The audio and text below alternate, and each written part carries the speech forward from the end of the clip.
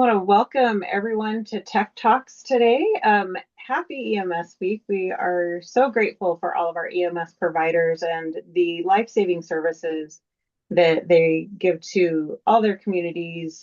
Super excited to celebrate them this week. Hope you all had a wonderful EMSC day yesterday.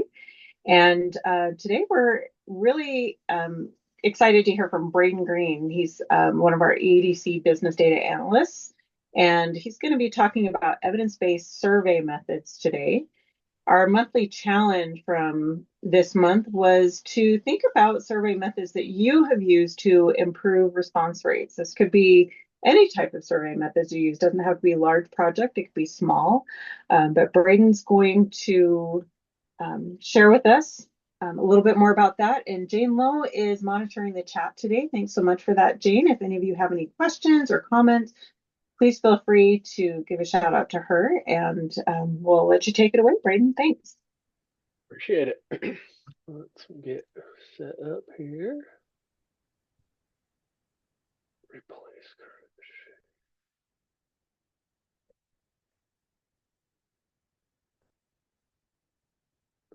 current.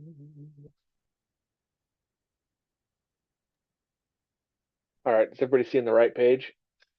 Yeah, looks good. All right.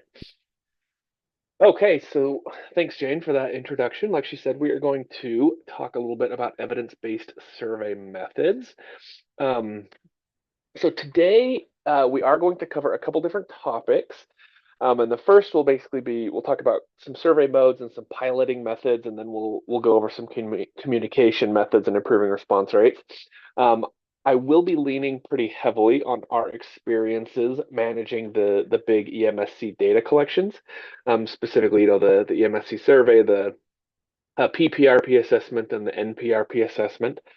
But just know that as I'm kind of going through this stuff, that any strategic plan that is created for a survey or for a data collection is going to be and should be customized to that specific collection. So we're going to go over kind of some general things here, but each project is different, and so the strategic plan and the methods and stuff are going to be adjustable for each different type of project. So the survey mode is the specific method that is used to collect data from the respondents. There are paper surveys and phone surveys and face-to-face interviews, all that kind of thing.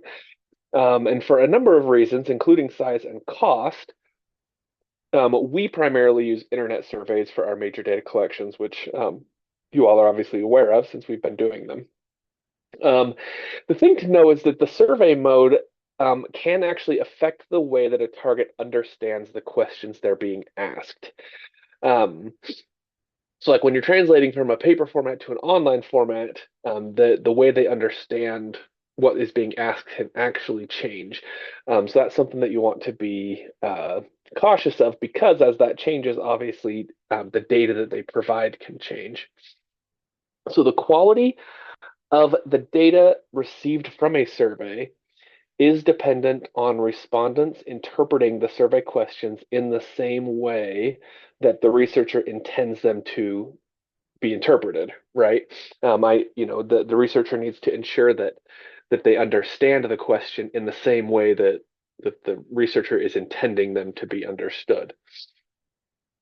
And when surveys are poorly designed, it actually can result in measurement error, is what it's called, which means it's essentially possible to measure something other than what you intend to measure, or even to get data that doesn't ultimately measure anything useful at all.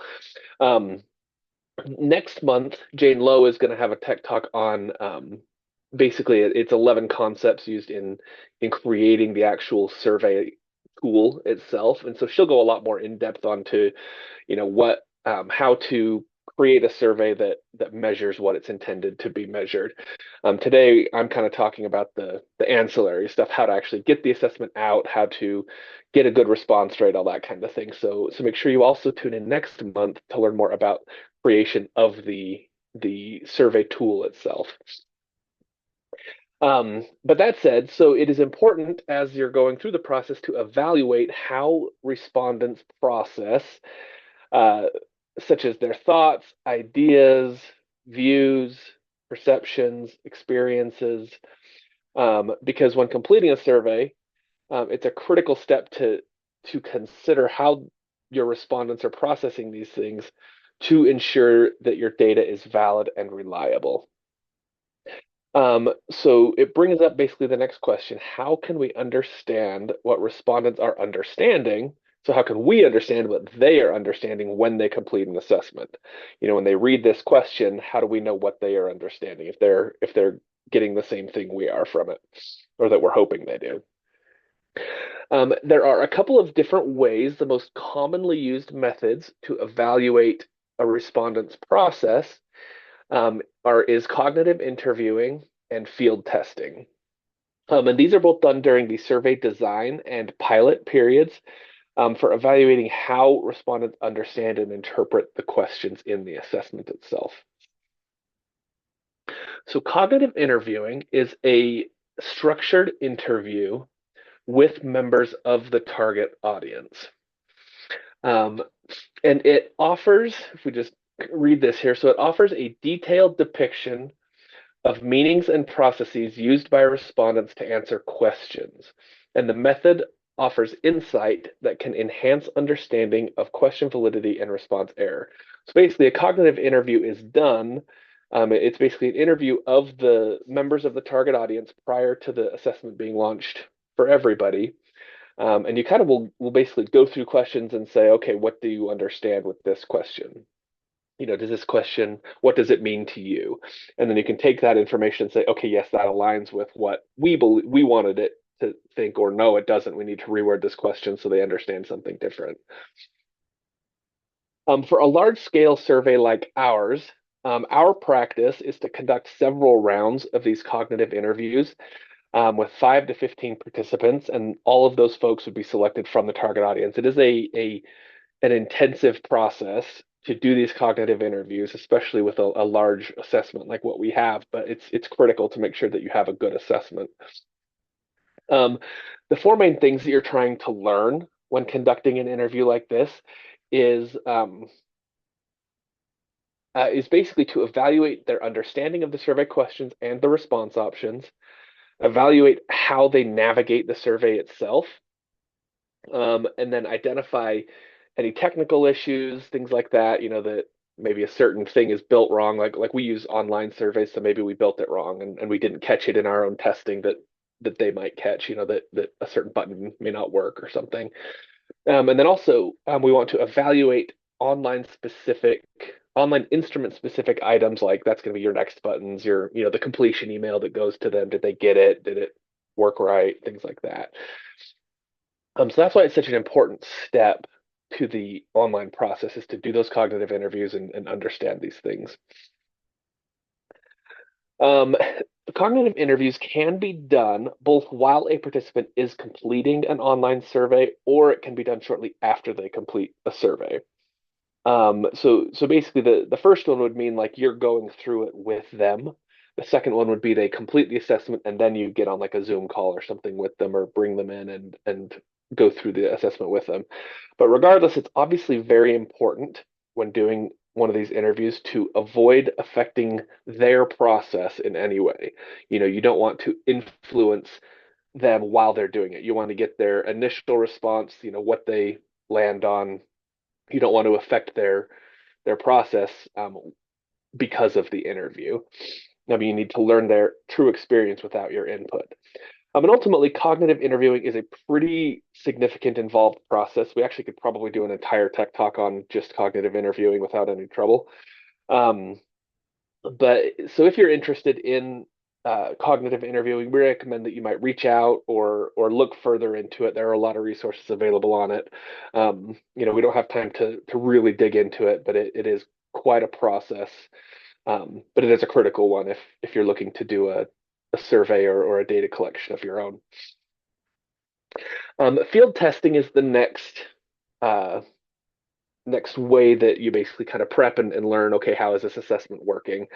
And this one is pretty familiar, likely to many of you, because many managers have participated in our various field tests or pilot tests for our assessments that we do. And ultimately, a field test is simply a small scale administration of a survey that is designed to mirror the data collection procedures of the full scale launch. So when we do a field test, we pick a couple of states out. For example, the 2024 PPRP, we field tested in North Carolina, New Jersey, and the Mariana Islands. We used the same assessment, we used the same process, we sent emails through the same program, to make sure and see, okay, how is this working? And ultimately we learn a lot from our field tests, and we make adjustments to the field tests or to the our processes and things like that based on the results of a field test. So that's an important thing to do: a smaller scale field test, make adjustments, have some time between them, and then you can do the full scale launch with everybody, after you've made those adjustments. So again, the purpose is to evaluate the administration procedures and the survey items to identify problems before you do a full launch. Um, so, okay, so next, that was the survey mode and piloting methods. Next, we're going to jump into communication methods for improving response rates. So this is kind of things you can do as you're sending out communications and stuff to hopefully boost response rates. Um, so kind of a table of contents here. We're going to cover the target audience a little bit, choosing a survey mode, personalizing the communications, and then we'll end up talking about the Dillman-Taylor design method, which is a specific type of method that we use. The target audience, simply speaking, is the group that you are surveying.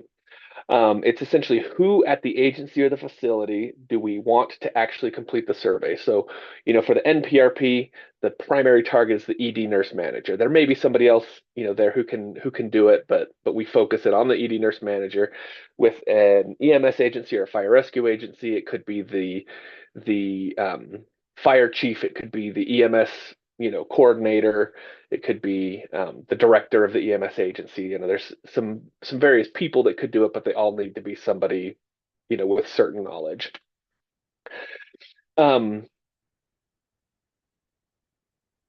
and it's important to know who your specific target audience is so that you can tailor your communications to them and appeal to that group. A fire director is, or excuse me, a fire chief is not the same as an ED nurse manager. So you want, to tailor those communications directly. We'll talk about that in just a moment.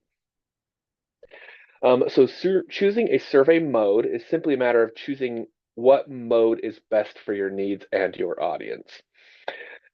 In the good old days, we had essentially three ways to conduct a survey, and that would be in person, over the telephone, or via paper. You can email a form to them; they can fill it out and email and mail it back. But today we still have those methods, but we have added web surveys, email surveys, and hybrid surveys. The PPRP and NPRP are typically considered a hybrid survey because we send email notifications with a link that they then click and they move on to an online survey from there, right? So it's kind of a combination of we send emails, but ultimately it's a web survey that they complete it on the web. At least that's the ideal for our case. Dr. Dillman, who we'll talk about in a minute, says the reality of today is that certain survey modes are better for some populations, survey topics, and survey sponsors than are others. If you're trying to survey, for example, geriatric patients or something, email may not be your best bet. They might not be quite as familiar with or comfortable with a web survey as they would be with an in-person survey, or something like that. That's just an example of how certain survey modes are going to be better for certain populations. So you really have to consider who you're surveying and what is a mode that they would be comfortable participating with. Other considerations include things like who might be excluded.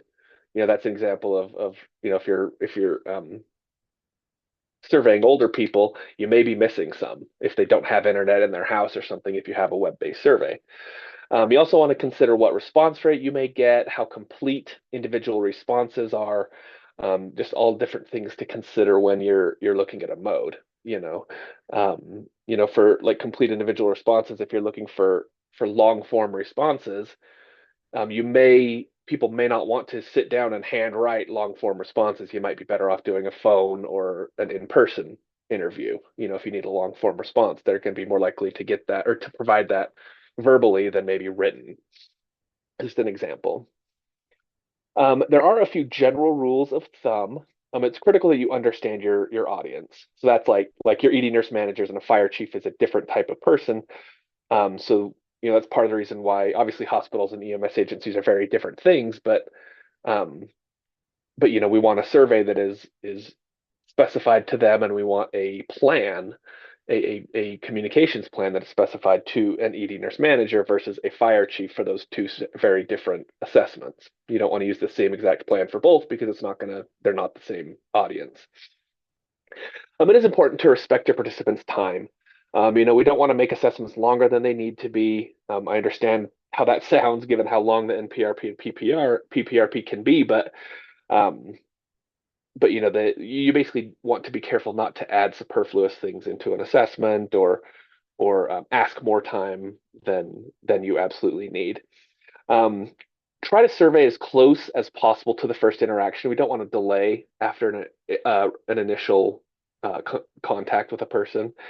And then also, it is helpful if you can tell participants why you need their help and how the data that they provide will be used. People are more willing to help if they know what they're helping for, that it actually will lead to something, is not just providing data for some company to make more money with or something like that, right? They're more likely to help out if it's okay, it's going to help my whole field in XYZ way. The third thing is personalization. So whenever possible, it's good to personalize any communications. This may include their name, it may include the location they're representing, other things like that. Um, it actually helps reduce the bystander effect, which, as in EMS, people are very familiar with the bystander effect. But essentially, it's where people assume that because others have also received the assessment, they assume that other people will complete that request. They don't need to worry about it, and they can move on. If you personalize something to them, it reduces that bystander effect. It increases trust, and it helps basically each individual person know, okay, I need to take this, not just other people. And experiments have shown that personalization consistently increases response rates from 3 to 12%. So it's definitely worth doing if it's at all possible. And then lastly, here we are going to cover the Dillman-Taylor design and a couple of things that we learned at the EDC that basically have helped us boost response rates. So this is essentially the method behind the madness of why we have done things the way we have with all of the various data collection processes that we've done, whether NPRP, PPRP, EMS for Children survey, etc. So the Dillman survey method is based on sound research principles, and it confirms that when attention is paid to the administrative detail, like we're talking about today, high response rates can be achieved from difficult subjects.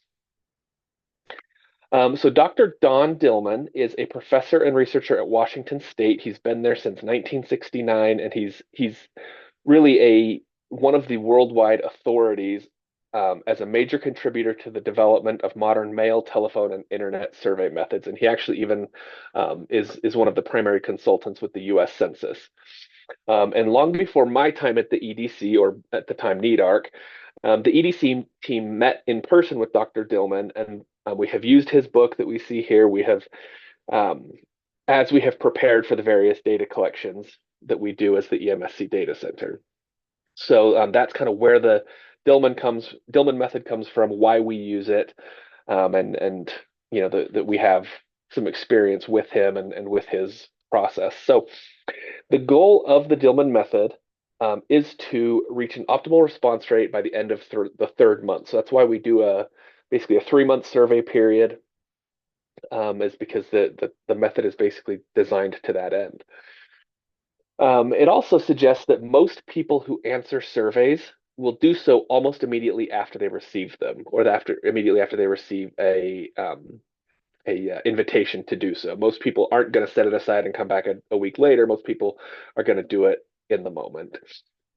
So that changes how you want to, communicate your assessment.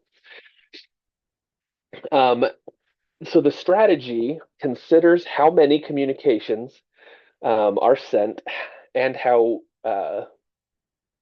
frequently, and then also what days or days of the week and what time of the day is best to send them, especially considering that people tend to do them immediately after receiving them. It's important to send them on at days and times when they're more likely to have the time to do it.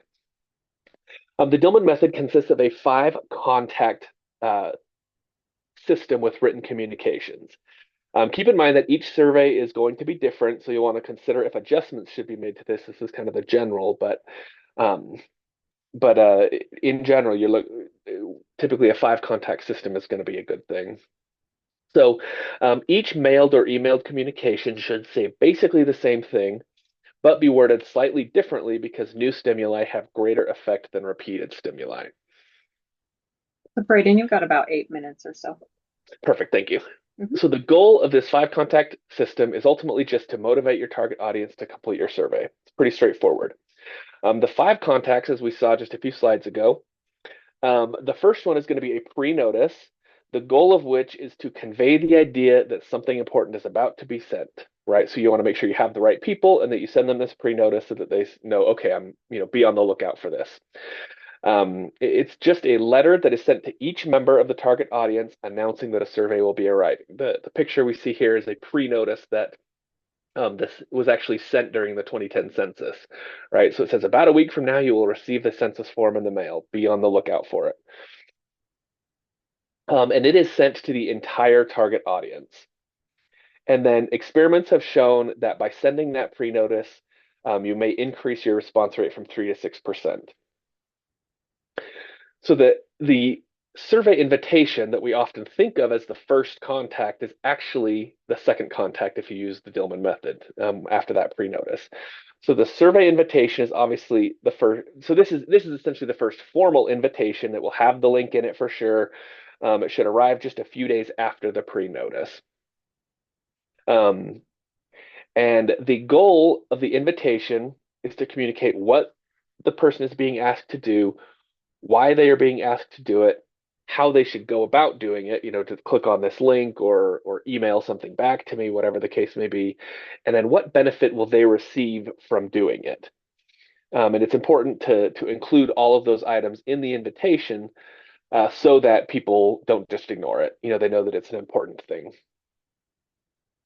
So the invitation is ultimately simply a letter sent to each member of the target audience explaining why a response is important and announcing that it is open, that they can now hop in and take care of it. And it is sent to the entire target audience. So everybody that's going to be completing the assessment should get the invitation. The next one is a thank you or a first reminder. And I say it actually shouldn't be an or, it should be a thank you slash first reminder. It's one communication, but it includes both of those things. And this is typically going to be sent within 5 to 7 days after the invitation. You obviously need to adjust for holidays or adjust for weekends, things like that. But typically it'll be 5 to 7 days after the invitation. And the goal is to act as a thank you for those who have already completed the survey, who may have completed it after the invitation, and then a reminder to those who have not yet completed it. And it's good to have those together because it's good to thank people, obviously, but then those that haven't completed it, it kind of shows, oh, other people have done this. This is something that I need to do. It's a real assessment. It's a big deal, whatever the case may be. And then verbal appreciation can be an important reward in social exchanges, right? So we do want to say thank you to those who may have completed it already. And again, this one also gets sent to the entire target audience because those who have completed it should get it as a thank you. Those who have not should get it as an additional reminder, basically saying hop in and complete the assessment. The second reminder is next. And it's essentially just another reminder. It typically will come about another week or so after the first reminder, right? So you want to space them out about a week. You don't want to blast people; they'll just get tired of it and start ignoring your emails. But you don't want them to be so far apart that they don't know what you're talking about. And the goal here is basically just to provide another opportunity for the target audience with an added level of intensity to that request. It's essentially a more urgently worded invitation, right? So you're going to use certain language in this one that you may not have used in your invitation reminder. And starting at this point, these are only sent to non-respondents. That's part of respecting your audience's time, right? We don't want to request or send too many emails to people who have already completed the request. You don't want to end up getting blocked or have them be annoyed by you. And then the final contact is typically done about 2 weeks after that. So if you're counting them up between the pre-notice and the final emailed or mailed contact, it's typically about 6 weeks, roughly, 5 to 6 weeks. And that is the last written communication that they will receive. But based on your plan, it may or may not be the final total communication, right? So for example, as you're aware with the PPRP and NPRP projects, after the final email, we start making phone calls. So based on the effort that you have, the resources that you have, it may or may not be the final communication. And the goal here is just to increase the target audience by reinforcing the legitimacy of the survey. And it also can be really helpful to add some urgency, let the audience know that the survey will soon be closing, get that boost. One thing to consider is that the final contact may be most effective if you can change the delivery mechanism. So what we mean by that is basically if you have the ability to send a postcard rather than an email, you may be able to see a boost. Obviously, the ability to do that will depend on the nature of your survey, your resources. Something like a PPRP where we have 15,000 respondents is just not in the cards to be able to send out physical mail to everybody. So we stick with emails. But if possible, if it's a smaller assessment, changing that mode from a email to maybe a physical mail can sometimes be useful. And again, this one is sent only to non-respondents. Then the last thing that we're going to talk about here is basically some EDC research that we did.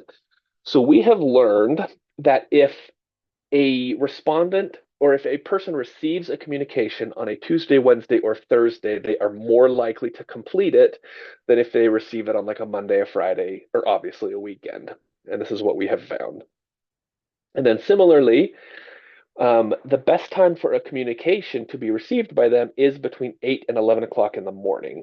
And the point there is if you're in a different time zone as your audience, you need to consider that so that it arrives at their inbox for an email. This is specifically email based. It should arrive between 8 and 11 a.m. And so you need to consider that based on time zone. And here is what we learned from that.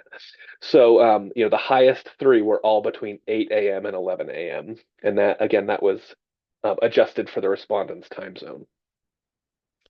And that is kind of what we have this week. Are there any questions? We have about 1 minute left if there's a really quick question. If not, feel free to reach out to me after and we can, and I'm happy to help you out with stuff. But Sounds great. Thank you so much for that incredible overview, Braden. We definitely have used this pattern for quite a few of our assessments and found it to be incredibly successful.